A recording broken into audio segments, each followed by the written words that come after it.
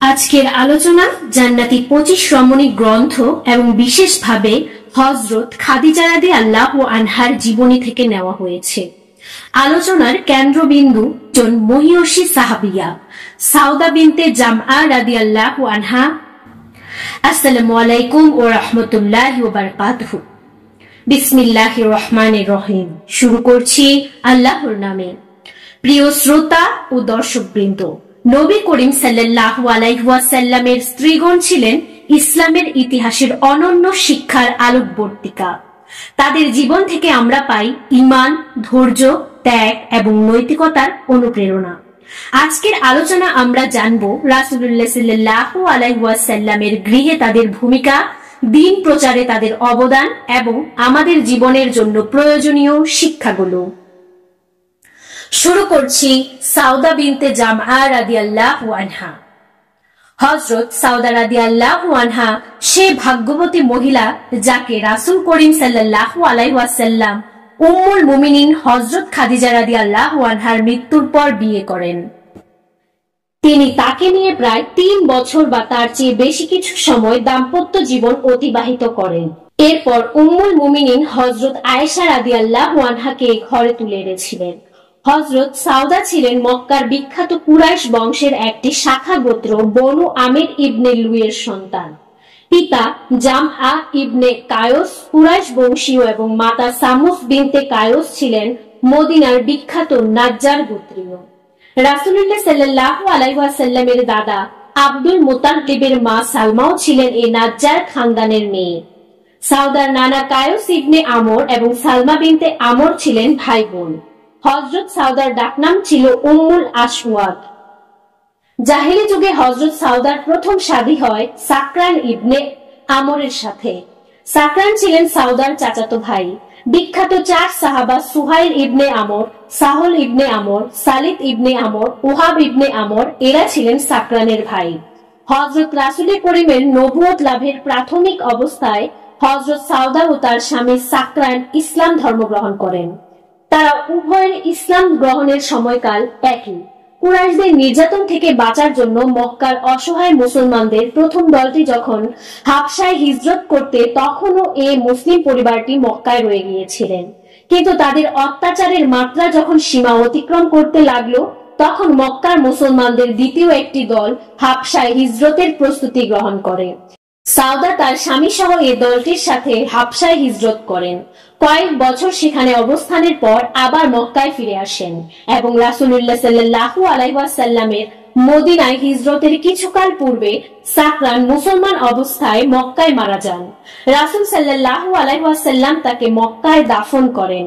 এই কথাও বর্ণিত হয়েছে যে প্রথম ও দ্বিতীয় উভয় দলটির সাথে স্বামী সহ তিনি হাবশা হিজরত করেন।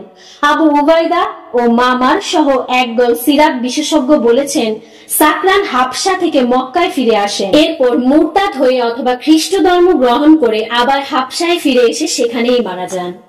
রাসূলুল্লাহ সাল্লাল্লাহু আলাইহি ওয়াসাল্লামের মদিনায় হিজরতের প্রায় 3 বছর পূর্বে উম্মুল মুমিনিন হযরত খাদিজা রাদিয়াল্লাহু আনহার ওফাতের পর তিনি হযরত সাউদাকে রাদিয়াল্লাহু আনহাকে বিয়ে করেন। হযরত খাদিজা রাদিয়াল্লাহু আনহা ছিলেন রাসূল করিমের প্রথমা এবং প্রিয়তমা স্ত্রী। একাকিত্বের অস্থিরতায়, বিপদ আপদের ভয়াবহতায় এবং অত্যাচারী উৎপীড়কের নিষ্ঠুর পৈশাচিকতায় তিনি ছিলেন প্রায় স্বামীর একান্ত সঙ্গিনী।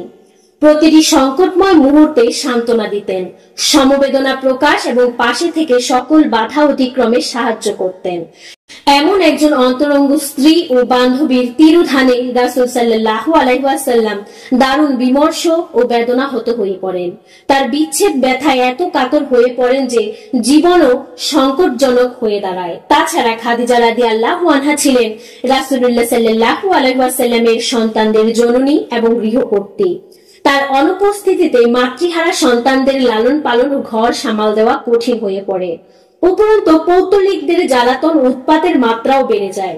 রাসূলুল্লাহ সাল্লাল্লাহু আলাইহি ওয়াসাল্লামের এমন অবস্থা তার সাহাবীদেরকে দারুণভাবে চিন্তিত করে। ওসমান ইবনে মাযুন একজন বড় ধরনের সাহাবী। তার স্ত্রী খাওলা বিনতে হাকিম একদিন রাসূলুল্লাহ সাল্লাল্লাহু আলাইহি ওয়াসাল্লামের কাছে এসে নানা কথার ফাঁকে একসময় তিনি বলেন, ইয়া রাসূলুল্লাহ, আপনি আবার শাদী করুন। প্রশ্ন করলেন, পাত্রীকে? খাওয়া বলেন, বিধবা এবং কুমারী দুই রকম পাত্রী আছে। এখন আপনি যাকে পছন্দ করেন তার ব্যাপারে কথা বলা যেতে পারে। তিনি আবার জানতে চাইলেন, পাত্রীকে? খাওলা বলেন, বিধবা পাত্রী সাউদা বিনতে জামা আর কুমারী পাত্রী আবু বকরের মেয়ে আয়েশা। রাসূলুল্লাহ সাল্লাল্লাহু আলাইহি ওয়াসাল্লাম বলেন, এ ব্যাপারে ভূমিকা পালনের জন্য মেয়েরা অধিকতর যোগ্য। এভাবে তিনি সম্মতি দান করেন। রাসূলুল্লাহ সাল্লাল্লাহু আলাইহি ওয়াসাল্লামের সম্মতি পেয়ে খাওলা গেলেন সাউদার ঘরে। সাউদার পিতা তখন জীবনের অন্তিম সায়ান্নে পাথির্ব সকল কর্মতৎপরতা থেকে নিজেকে সম্পূর্ণ গুটিয়ে নিয়েছেন। খাওলা তার কাছে উপস্থিত হয়ে আনাইন সাবাহান বলে জাহিলি রীতিতে সম্ভাষণ জানান। বৃদ্ধ প্রশ্ন করেন, কে তুমি? খাওলা উত্তর দেন, আমি খাওলা বিনতে হাকিম। বৃদ্ধ খাওলাকে স্বাগতম জানিয়ে কাছে বসালেন। খাওলা শাদীর পয়গাম পেশ করেন এভাবে, মোহাম্মদ ইবনে আব্দুল্লাহ ইবনে আব্দুল মোতাল্লিব সাউদাকে বিয়ের প্রস্তাব করেছেন। বৃদ্ধ বলেন, এ তো অভিজাত কুফর। তোমার বান্ধবী সাউদা কি বলে? খাওলা বলেন, আমার মেয়ে, এ মেয়ে বলছে মুহাম্মদ ইবনে আব্দুল্লাহ তোমাকে শাদীর প্রস্তাব দিয়ে তাকে পাঠিয়েছে। অভিজাত পাত্র, আমি তার সাথে তোমার শাদী দিতে চাই। তুমি কি রাজি? সাউদা বলেন, হ্যাঁ রাজি। তখন বৃদ্ধ খাওলাকে বলেন, তুমি যাও, মুহাম্মদকে ডেকে আনো। রাসূল সাল্লাল্লাহু আলাইহি ওয়াসাল্লাম বর বেশে উপস্থিত হন এবং সাউদার পিতা সাউদাকে তার হাতে তুলে দেন। কোন কোন বর্ণনা দ্বারা বোঝা যায় শাদীর পূর্বে রাসূল সাল্লাল্লাহু আলাইহি ওয়াসাল্লাম স্বয়ং সাউদার সাথে সরাসরি আলোচনা করেন। হতে পারে খাওলা এই আলোচনার ব্যবস্থা করেন। ইমাম আহমদ আব্দুল্লাহ ইবনে আব্বাস রাদিয়াল্লাহ একটি বর্ণনা সংকলন করেছেন। তিনি বলেছেন, রাসূল সাল্লাল্লাহু আলাইহি ওয়াসাল্লাম তার গোত্রের সাউদা নামের একটি মহিলাকে বিয়ের প্রস্তাব পাঠালেন। তিনি ছিলেন মুসিবতের বাস্তব রূপ। 5 অথবা 6টি ছেলে, মেয়ে রেখে স্বামী মারা যায়। রাসূল সাল্লাল্লাহু আলাইহি ওয়াসাল্লাম তাকে বলেন, আমার প্রস্তাবে রাজি হতে তোমার বাধা কিসের? সাউদা বলেন, আল্লাহর কসম, হে আল্লাহর নবী, সৃষ্টি জগতের মধ্যে আপনি আমার সর্বাধিক প্রিয় ব্যক্তি।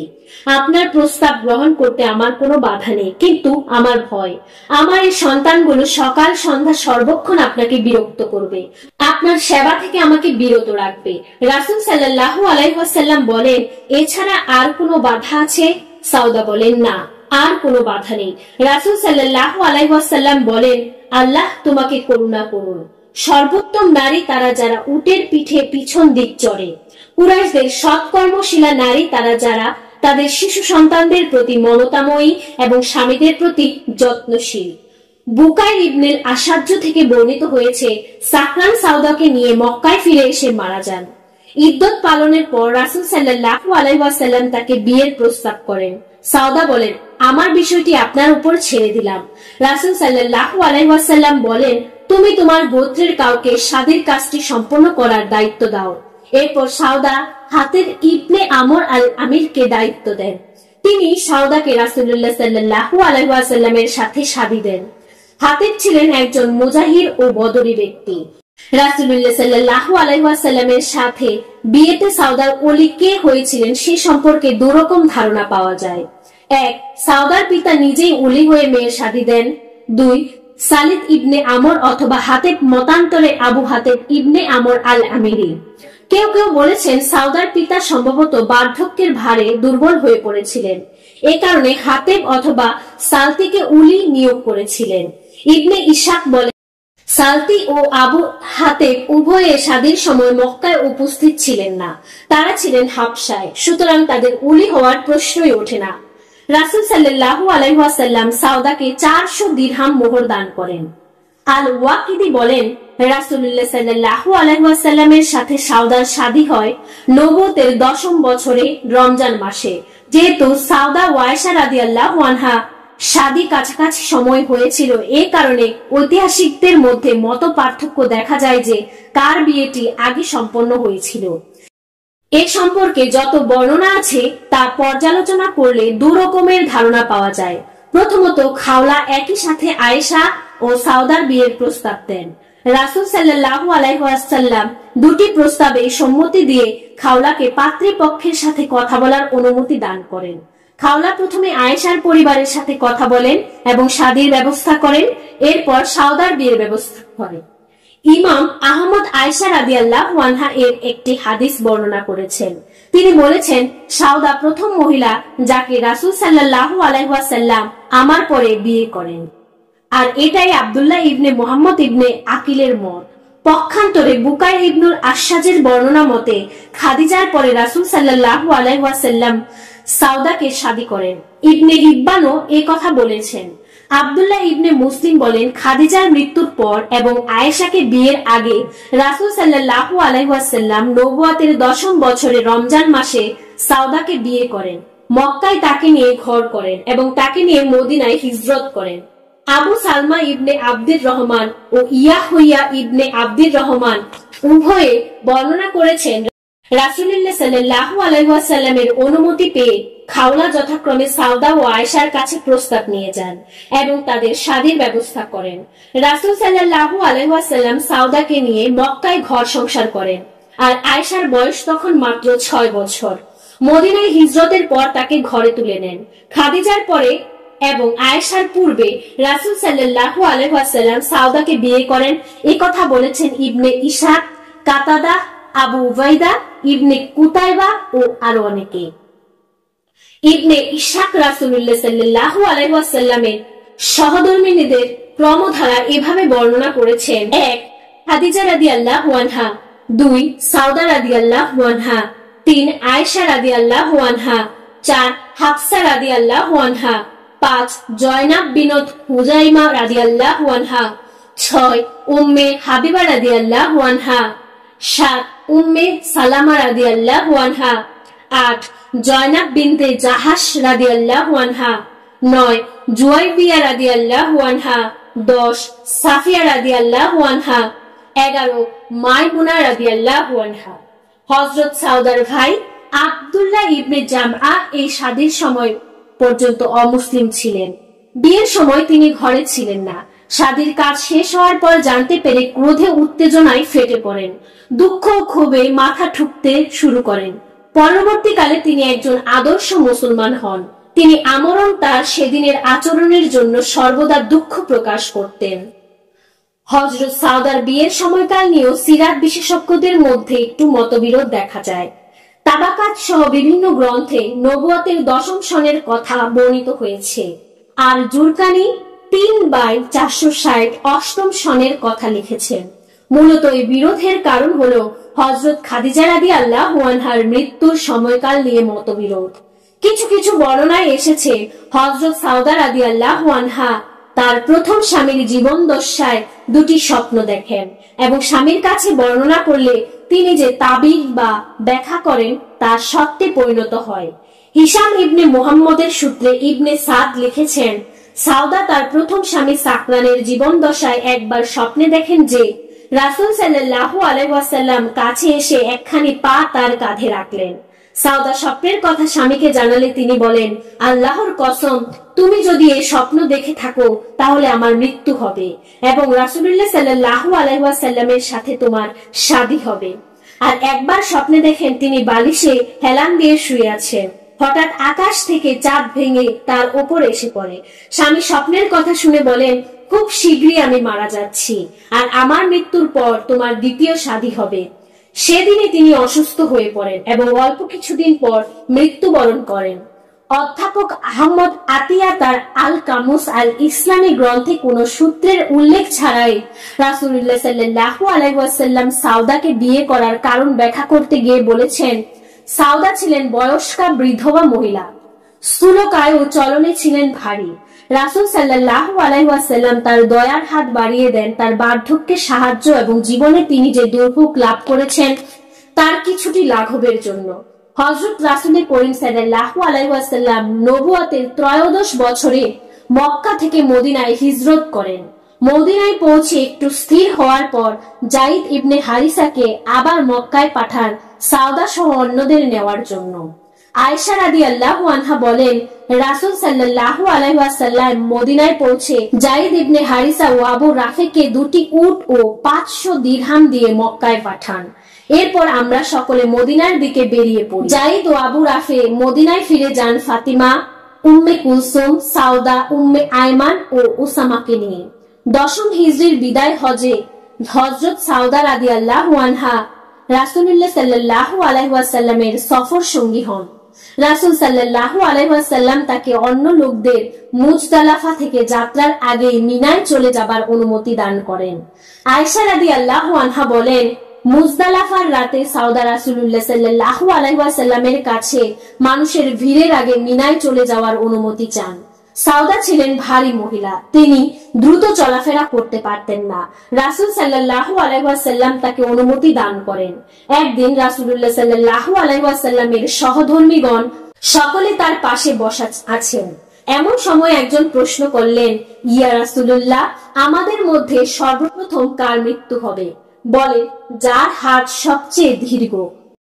উপস্থিত সকলে এই উক্তির সরল অর্থ বুঝলেন। তারা নিজেদের হাত মেপে দেখলেন সাউদার হাত সবার চেয়ে দীর্ঘ। তারা বিশ্বাস করলেন সাউদার মৃত্যু হবে সবার আগে। কিন্তু যখন হযরত জয়নব বিনতে জাহাশ সবার আগে মারা গেলেন, তখন বোঝা গেল হাত দীর্ঘ হওয়া অর্থ দানশীলতা। দান করা ছিল তার সবচেয়ে প্রিয় কাজ। আজওয়াজে মুতাহারাত পবিত্র স্ত্রীগণ এর মধ্যে তিনি সর্বপ্রথম মারা যান। সাউদা রাদিয়াল্লাহু আনহা তখনও জীবিত। হযরত সাউদা রাদিয়াল্লাহু আনহার মৃত্যুর সময়কাল সম্পর্কে সিরাত বিশেষজ্ঞদের দারুণ মতভেদ রয়েছে। আল ওয়াকিদি বলেন, আমাদের কাছে এটাই সঠিক যে হিজরি 54 সনের শাওয়াল মাসে তার মৃত্যু হয়।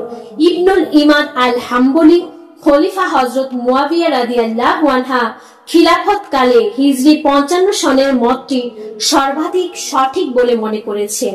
ইবনে হাজার বলেন, বুখারী তার তারিখে সহিহ সনদে বর্ণনা করেছেন যে হযরত উমরের রাদিয়াল্লাহু আনহা খিলাফত কালে তার ইন্তিকাল হয়। ইমাম জাহাবি জেরা দিয়ে বলেছেন যে খলিফা উমরের খিলাফত কালের শেষ দিকে তার ওফাত হয়। উমর শাহাদাত বরণ করেন হিজরি 23 সনের জিলহজ মাসের শেষ দিকে। এই কারণে সাউদার ইন্তেকাল তারও আগে হয়ে থাকবে। বালাজুরি বলেন, হিজরি 23 সনে তিনি মৃত্যুবরণ করেন। খলিফা উমর রাদিয়াল্লাহ তার জানাজার নামাজ পড়ান। ইবনে হিব্বান বলেন, হিজরি 65 সনে তিনি মারা যান। আবার একথাও বর্ণিত হয়েছে যে খলিফা উসমান রাদিয়াল্লাহ এর খিলাফত কালে প্রায় 80 বছর বয়সে তার মৃত্যু হয়। হযরত সাউদা রাদিয়াল্লাহু আনহা সন্তান সন্ততি সম্পর্কে অধিকাংশ সিরাত গ্রন্থকার কোনো আলোচনা করেননি। কিন্তু এতটুকু জানা যায় যে পাকের সাথে বৈবাহিক জীবনে তার কোনো সন্তান হয়নি। প্রথম স্বামী সাকরানের পক্ষের একটি ছেলে, যার নাম আব্দুর রহমান, পারস্যের জালুলার যুদ্ধে শাহাদাত বরণ করেন। রাসূলুল্লাহ সাল্লাল্লাহু আলাইহি ওয়াসাল্লামের সহধর্মীগণের মধ্যে সাউদার চেয়ে দীর্ঘদেহী আর কেউ ছিলেন না। হযরত আয়েশা রাদিয়াল্লাহু আনহা বলেছেন যে একবার তাকে দেখেছে, তার চোখ থেকে তিনি গোপন হতে পারতেন না। জুরকানি বর্ণনা করেছেন তার কাঠামো ছিল লম্বা। আল্লামা শিবলি নুমানি বলেছেন তিনি ছিলেন স্থূলকায়। একথা ইমাম জাহাবিও বলেছেন। এই কারণে বিদায় হজের সময় মানুষের ভিড়ের আগে তিনি মুজদালাফা থেকে মিনায় চলে যাওয়ার জন্য রাসূলুল্লাহ সাল্লাল্লাহু আলাইহি ওয়াসাল্লামের অনুমতি লাভ করেছিলেন। হযরত সাউদা রাদিয়াল্লাহু আনহার সূত্রে মাত্র 5টি হাদিস এসেছে। তার মধ্যে ইমাম বুখারী মাত্র একটি হাদিস বর্ণনা করেছেন। সাহাবাদের মধ্যে ইবনে আব্বাস, ইবনে জুবাইর ও ইয়াহইয়া ইবনে আব্দুল্লাহ আল আনসারী তার থেকে হাদিস শুনেছেন ও বর্ণনা করেছেন। হিজরতের প্রায় 3 বছর পূর্বে হযরত সাউদা রাদিয়াল্লাহু আনহা রাসূলুল্লাহ সাল্লাল্লাহু আলাইহি ওয়াসাল্লামের ঘরে আসেন। নবুয়তের 10ম বছরের রমজান মাস থেকে ত্রয়োদশ হিজরির রবিউল আওয়াল মাস পর্যন্ত প্রায় 13 বছর স্ত্রী হিসেবে রাসূলুল্লাহ সাল্লাল্লাহু আলাইহি ওয়াসাল্লামের সাথে সাউদা ও আয়েশার বিবাহ হয়। বিবাহের পর আয়েশা প্রায় 3 বছর পিতৃগৃহে অবস্থান করেন। এ সময় সাউদায় ছিলেন মূলত একক গৃহিণী। এ সময় তিনি অতি সুষ্ঠুভাবে রাসূলুল্লাহ সাল্লাল্লাহু আলাইহি ওয়াসাল্লামের ঘর গৃহস্থালীর যাবতীয় দায়িত্ব পালন করেন। মাতৃহারা কন্যা ফাতিমা সহ অন্য কন্যাদের লালন পালনের দায়িত্ব নিজের কাঁধে তুলে নেন। সম্ভবত তখন পর্যন্ত নবী পরিবারের সদস্য হযরত আলীরও তত্ত্বাবধান করেন। মোট কথা রাসূলুল্লাহ সাল্লাল্লাহু আলাইহি ওয়াসাল্লামের জীবনের এক কঠিন ও সংকটময় পর্বে হযরত সাউদা রাদিয়াল্লাহু আনহা জীবন সঙ্গিনী হিসেবে কঠিন দায়িত্ব ও কর্তব্য পালন করে খাদিজার শূন্যতা পূরণের চেষ্টা করেন। প্রথম হিজরি সনে আয়েশা রাদিয়াল্লাহু আনহা যখন স্বামী গৃহে আসেন তখন সতীন সাউদা বিদ্যমান। এই অবস্থায় একে অপরের অধিকারে ভাগ বসানো কল্পনা করতে পারতেন, কিন্তু এই স্বাভাবিক অনুমানের একেবারে বিপরীত ছিল এ দুজনের অবস্থা। তাদের সংসার জীবনের সবকিছু ছিল পারস্পরিক সৌহার্দ্য, সম্প্রীতি ও ঐক্যের। গার্হস্থ্য জীবনের অধিকাংশ বিষয়ে সাউদা ছিলেন আয়েশার বান্ধবী। আয়েশা রাদিয়াল্লাহু আনহা বলেন, সাউদা ছাড়া অন্য কোনো মহিলাকে দেখে আমার এমন ইচ্ছা হয়নি যে তার দেহে যদি আমার প্রাণটি হতো। রাসূলুল্লাহ সাল্লাল্লাহু আলাইহি ওয়াসাল্লামের আনুগত্য ও অনুসরণের ক্ষেত্রে তিনি সকল আজওয়াজে মুতাহহারাত পবিত্র স্ত্রীগণ অপেক্ষা বিশেষ বৈশিষ্ট্যের অধিকারিণী ছিলেন। বিদায় হজে রাসূল সাল্লাল্লাহু আলাইহি ওয়াসাল্লাম উম্মাহাতুল মুমিনিন এর ঈমানদারদের মাতাগণ উদ্দেশ্যে বলেন, আমার পরে তোমরা ঘরে অবস্থান করবে। হযরত সাউদা ও জয়নাব রাদিয়াল্লাহু আনহা এই নির্দেশের উপর এত কঠোরভাবে আমল করেন যে হজের উদ্দেশ্যেও আরো কখনো ঘর থেকে বের হননি।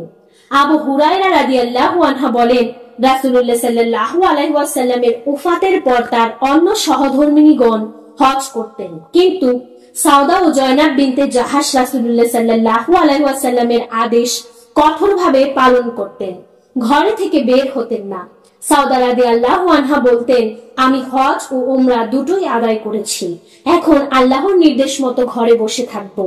হযরত রাসূল কারীমের সাল্লাল্লাহু আলাইহি ওয়াসাল্লামের আখলাক ও স্বভাব চরিত্রের এক অনুপম দিক ছিল দানশীলতা।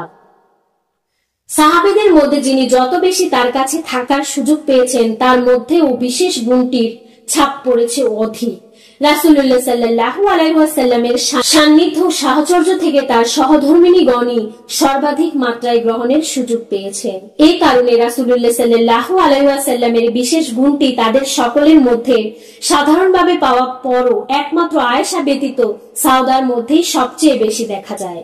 ইবনে সিরিন বর্ণনা করেছেন, একবার খলিফা হযরত উমর রাদিয়াল্লাহু আনহা হযরত সাউদা রাদিয়াল্লাহু আনহার কাছে একটি থলি পাঠান। তিনি বহনকারীকে প্রশ্ন করেন, থলিতে কি? বলল, দিরহাম।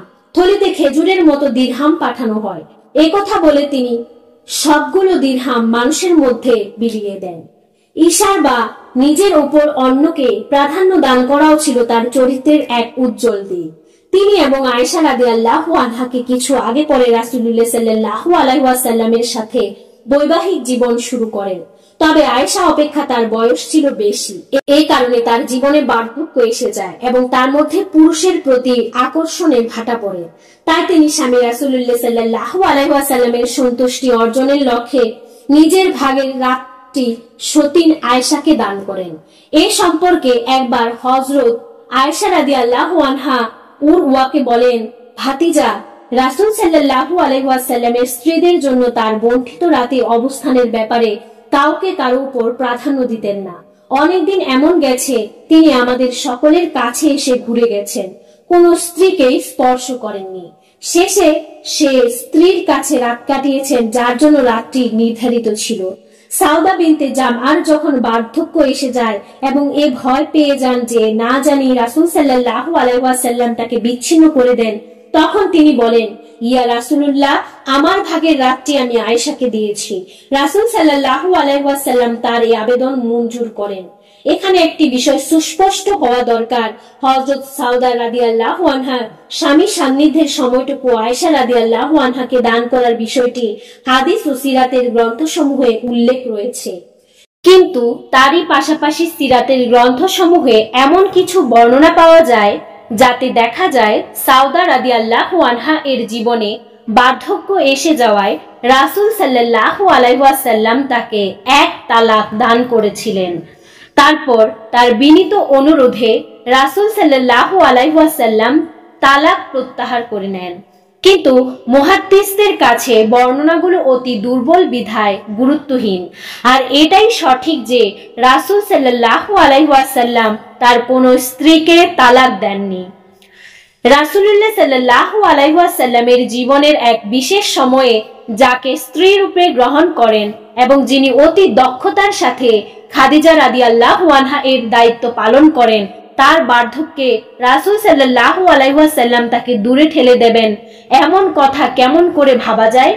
তাই মুহাদ্দিসগণ এসব বর্ণনায় বিশ্বাস করেননি। কোনো নির্ভরযোগ্য হাদিস গ্রন্থেও এসব বর্ণনা স্থান পায়নি। আধুনিক ইতিহাস লেখকদের অনেকে সাউদা রাদিয়াল্লাহু আনহা সম্পর্কে অনেক অশালীন মন্তব্য করেছেন। কেউ কেউ বলেছেন তিনি রাসূলুল্লাহ সাল্লাল্লাহু আলাইহি ওয়াসাল্লামের আদর্শ গৃহিণী হতে পারেননি।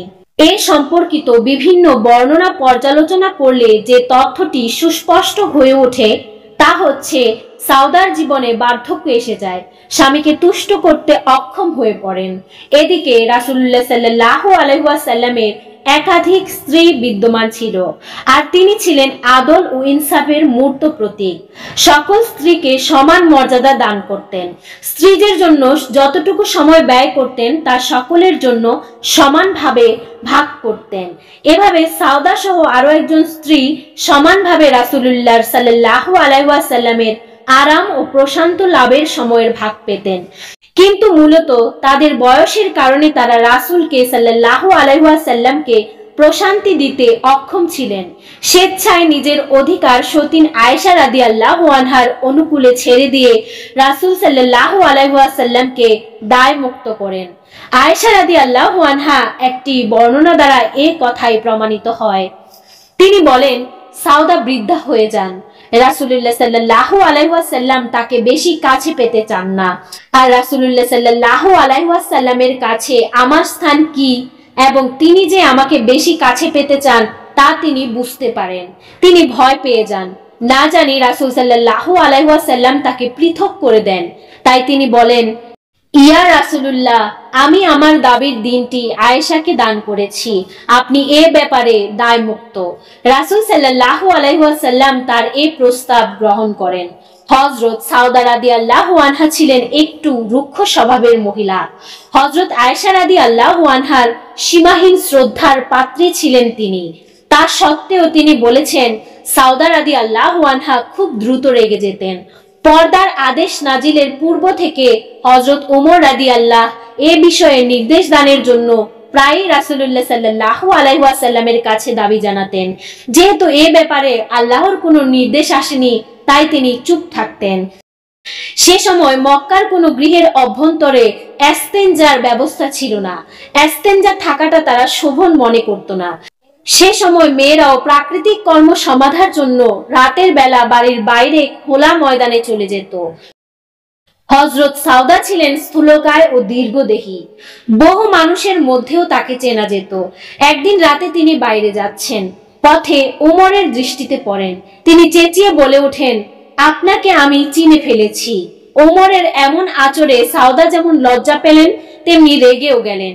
ফিরে এসে ওমরের বিরুদ্ধে রাসূলুল্লাহ সাল্লাল্লাহু আলাইহি ওয়াসাল্লামের কাছে অভিযোগ করেন। এই ঘটনার পরিপ্রেক্ষিতে হিজাবের বা পর্দার আয়াত নাজিল হয়। হিজাবের আয়াত নাজিলের কারণ সম্পর্কে দারুণ মতভেদ আছে। একটি বর্ণনা তো উপরে উল্লেখ করা হয়েছে। দ্বিতীয় একটি বর্ণনা এ যে হযরত ওমর রাদিয়াল্লাহ রাসূলকে সাল্লাল্লাহু আলাইহি ওয়াসাল্লামকে বলেন, আপনার কাছে ভালো মন্দ সকল ধরনের লোক সমাগম হয়, আপনি যদি তাদেরকে পর্দা করার নির্দেশ দিতেন ভালো হতো। ইবনে জারির তার তাফসিরে মুজাহিদ থেকে বর্ণনা করেছেন, রাসূল সাল্লাল্লাহু আলাইহি ওয়াসাল্লাম সাহাবীগণের সাথে আহার করছিলেন। হযরত আয়েশা রাদিয়াল্লাহু আনহাও তাতে অংশীদার ছিলেন। তার হাতে এক ব্যক্তির হাতের ছোঁয়া লাগে। ব্যাপারটি রাসূলুল্লাহ সাল্লাল্লাহু আলাইহি ওয়াসাল্লামের কাছে খুব খারাপ লাগে। এই ঘটনার পর হিজাবের আয়াত নাজিল হয়। কিন্তু সাধারণভাবে এই কথা প্রসিদ্ধ যে হযরত জয়নাব রাদিয়াল্লাহু আনহার উলিমার আহার পর্ব উপলক্ষে আয়াতে হিজাব নাজিল হয়। ইবনে হাজার এই বর্ণনাগুলোর সমন্বয় করেছেন এভাবে, হিজাবের আয়াত নাজিলের একাধিক কারণ ছিল, তার মধ্যে জয়নাবের ঘটনাটি ছিল সর্বশেষ, আর সেটাই আয়াতের শানে নুজুল, কারণ আয়াতের মধ্যে ঘটনাটির প্রতি ইঙ্গিত রয়েছে। রুক্ষ স্বভাবের হলেও সাউদা রাদিয়াল্লাহু আনহার মধ্যে সারল্য ভাবও ছিল। তার কোনো কোনো কথায় রাসূল সাল্লাল্লাহু আলাইহি ওয়াসাল্লাম হেসে দিতেন। একদিন তিনি রাসূলকে বলেন, কাল রাতে আমি আপনার সাথে নামাজ পড়েছি। আপনি এত দীর্ঘ সময় রুকুতে ছিলেন যে আমার নাক দিয়ে রক্ত ঝরতে শুরু হয়েছে বলে মনে হচ্ছিল। এই কারণে আমি দীর্ঘক্ষণ নাক চেপে ধরে রেখেছিলাম। রাসূল সাল্লাল্লাহু আলাইহি সাল্লাম তার কথায় মৃদু হেসে দেন। তিনি একবার আয়েশা ও হাফসা রাদিয়াল্লাহু আনহার সাথে যাচ্ছেন। তারা একটু কৌতুক করে বলেন, আপনি কি কিছু শুনেছেন? তিনি প্রশ্ন করলেন, কোন বিষয়ে? তারা বললেন, দাজ্জাল বের হয়েছে। এ কথা শুনে তিনি ভীষণ ভয় পেয়ে গেলেন। পাশেই একটি তাঁবুতে কিছু লোক আগুন পোহাচ্ছিল। তিনি হঠাৎ সে তাঁবুর মধ্যে ঢুকে পড়েন। হযরত হাফসা ও হযরত আয়েশা রাদিয়াল্লাহু আনহা তার কাণ্ড দেখে হাসতে হাসতে রাসূলুল্লাহ সাল্লাল্লাহু আলাইহি ওয়াসাল্লামের কাছে পৌঁছেন এবং তাদের কৌতুকের কথা বলেন। রাসূল সাল্লাল্লাহু আলাইহি ওয়াসাল্লাম এসে তাঁবুর দরজায় দাঁড়িয়ে বলেন, এখনো দাজ্জাল বের হয়নি। তখন সাউদা রাদিয়াল্লাহু আনহা বেরিয়ে আসেন। গায়ে তার মাকড়সার জাল লেগে গেছিল। বাইরে এসে তা সাফ করেন। অনেকের কাছে এই বর্ণনাটির সূত্র দুর্বল এবং বর্ণনাটি সন্দেহযুক্ত। হযরত সাউদা রাদিয়াল্লাহু আনহা সরলতার আর বহু ঘটনা আছে। রাসূলুল্লাহ সাল্লাল্লাহু আলাইহি ওয়াসাল্লাম নিজের জন্য যে মধু পান হারাম করে নেন তার পিছনে ছিল দাম্পত্য জীবনের একটি মধুর ঘটনা, আর সে ঘটনার সাথে সরলভাবে সাউদাও জড়িয়ে পড়েন বলে অনেকের ধারণা। সংক্ষেপে ঘটনাটি এরকম, রাসূল সাল্লাল্লাহু আলাইহি ওয়াসাল্লাম মিষ্টি পছন্দ করতেন। তিনি স্ত্রী জয়নব বিনতে জাহাশ মতান্তরে হাফসার ঘরে গেলে মধুর শরবত পান করতেন। এতে আয়েশার মনে কিছুটা ঈর্ষার সৃষ্টি হয়। তিনি চান রাসূল সাল্লাল্লাহু আলাইহি ওয়াসাল্লাম যাতে সেখানে আর মধু পান না করেন, তাই সাউদার সাথে ফোন দিয়ে আটলেন। রাসূল সাল্লাল্লাহু আলাইহি ওয়াসাল্লাম মধু পানের পর যখন তাদের কাছে আসবেন তখন তারা প্রত্যেকেই বলবেন, আপনার পবিত্র মুখ থেকে মুগফুর এর গন্ধ বের হচ্ছে। এতে হয়তো রাসূল সাল্লাল্লাহু আলাইহি ওয়াসাল্লাম মধু পান করে যখনই তাদের কাছে গেলেন তারা পূর্ব সিদ্ধান্ত অনুসারে একই কথা বলেন। দ্রুত ফল হলো, রাসূল সাল্লাল্লাহু আলাইহি ওয়াসাল্লাম নিজের জন্য মধু হারাম করে বসলেন। তখন সূরা আত-তাহরীমের 1 থেকে 3 নং আয়াত নাজিল হয়। হযরত সাউদা রাদিয়াল্লাহু আনহার অন্তরটি ছিল অতি কোমল। আপনজনদের দুঃখ কষ্ট দেখে তিনি অস্থির হয়ে পড়তেন। তার প্রথম স্বামী সাকরান ইবনে আমরের ভাই সুহাইল ইবনে আমরকে বদরে বন্দী করে মদিনায় আনা হয়। 4000 বদরের বন্দীদের যখন মদিনায় আনা হয় তখন সাউদা ছিলেন আফরার ছেলে আউফ ও মুয়াবিয়ুজের ঘরে। এটা পর্দার বিধান নাজিল হওয়ার আগে। এমন সময় বদরের বন্দীদের আগমনের কথা ঘোষণা করা হলো। সাউদা বাড়ি ফিরে এসে রাসূলকে সাল্লাল্লাহু আলাইহি ওয়াসাল্লামের ঘরেই পেলেন। হঠাৎ কক্ষের এক কোণে বন্দী আবু ইয়াজিদ সুহাইল ইবনে আমরকে দেখতে গেলেন। গলার সাথে তার হাত দুটি রশি দিয়ে শক্ত করে বাঁধা। এই দৃশ্য দেখে তিনি আর নিজেকে সামলাতে পারলেন না। বলেন, আবু ইয়াজিদ, তোমরা এভাবে ধরা দিলে? সম্মানের সাথে মরতে পারলে না? সাউদা বলেন, ঘরের মধ্য থেকে রাসূলুল্লাহ সাল্লাল্লাহু আলাইহি ওয়াসাল্লামের কণ্ঠস্বরে আমি স্তম্ভিত ফিরে পাই। সাউদা, তুমি কি তাকে আল্লাহ ও তার রাসূলের বিরুদ্ধে উত্তেজিত করছো? সাউদা বলেন, ইয়া রাসূলুল্লাহ সাল্লাল্লাহু আলাইহি ওয়াসাল্লাম, আমি আবু ইয়াজিদ সুহাইলকে এই অবস্থায় দেখে নিজেকে সামলাতে পারিনি। ইয়া রাসূলুল্লাহ সাল্লাল্লাহু আলাইহি ওয়াসাল্লাম, আপনি আমার জন্য আল্লাহর দরবারে মাগফিরাত কামনা করুন। রাসূল সাল্লাল্লাহু আলাইহি ওয়াসাল্লাম বলেন, আল্লাহ তোমাকে মাফ করুন। হিজরি 8ম সনে জয়নব বিনতে রাসূলুল্লাহ সাল্লাল্লাহু আলাইহি ওয়াসাল্লাম মদিনায় ইন্তেকাল করেন। তাকে গোসল দেন সাউদা, উম্মে আয়মান ও উম্মে সালমা। হযরত রাসূল করিম সাল্লাল্লাহু আলাইহি ওয়াসাল্লাম খায়বারে সাউদা রাদিয়াল্লাহু আনহার জীবিকার ব্যবস্থা করে যান। আব্দুর রহমান আল আরাজ মদিনায় বিভিন্ন মজলিসে বলতেন, রাসূল সাল্লাল্লাহু আলাইহি ওয়াসাল্লাম সাউদাকে 80 ওয়াশাক খেজুর ও 80 ওয়াশাক গম বা জবের দ্বারা তার জীবিকার ব্যবস্থা করেন। সুবহানাল্লাহ। আজ আমরা জানলাম হযরত সাউদা রাদিয়াল্লাহু আনহা এর জীবন, ত্যাগ এবং আয়েশার সঙ্গে তার বিশেষ মুহূর্ত। আশা করি তার গল্প আপনাদের হৃদয় স্পর্শ করেছে এবং নতুন প্রেরণা দিয়েছে। ভিডিওটি ভালো লাগলে লাইক, শেয়ার এবং সাবস্ক্রাইব করতে ভুলবেন না। পরবর্তী ভিডিওতে আবার দেখা হবে ইসলামের মহান নারীদের অসাধারণ জীবন নিয়ে ইনশাআল্লাহ। আসসালামু আলাইকুম ওয়া রাহমাতুল্লাহ।